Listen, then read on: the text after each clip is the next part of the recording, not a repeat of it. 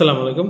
ইরানকে Donald Trump ধন্যবাদ জানিয়েছে এই কারণে, কারণ ইরান সিদ্ধান্ত নিয়েছে যারা বিক্ষোভকারীদের আছে, যাদেরকে গ্রেপ্তার করা হয়েছে এবং তাদের মধ্যে যারা লিডিং পর্যায়ে আছে তাদেরকে মৃত্যুদণ্ড দেওয়ার চিন্তাভাবনা করেছিল। সেই চিন্তাভাবনা থেকে ইরান সরে এসেছে।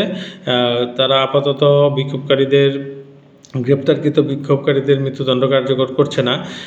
এই চিন্তাভাবনাটাকেই বা এই সিদ্ধান্তটাকেই ডোনাল্ড ট্রাম্প সাধুবাদ জানিয়েছে।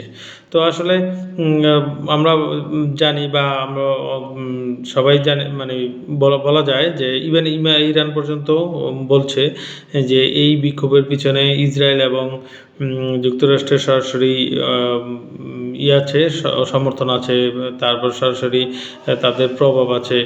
তো এই বিক্ষোভ থেকে আসলে বেঁচে থাকতে ইরান তো যত কঠিন হওয়া দরকার কঠিন হয়েছে, অনেক মানুষকে হত্যা করা হয়েছে।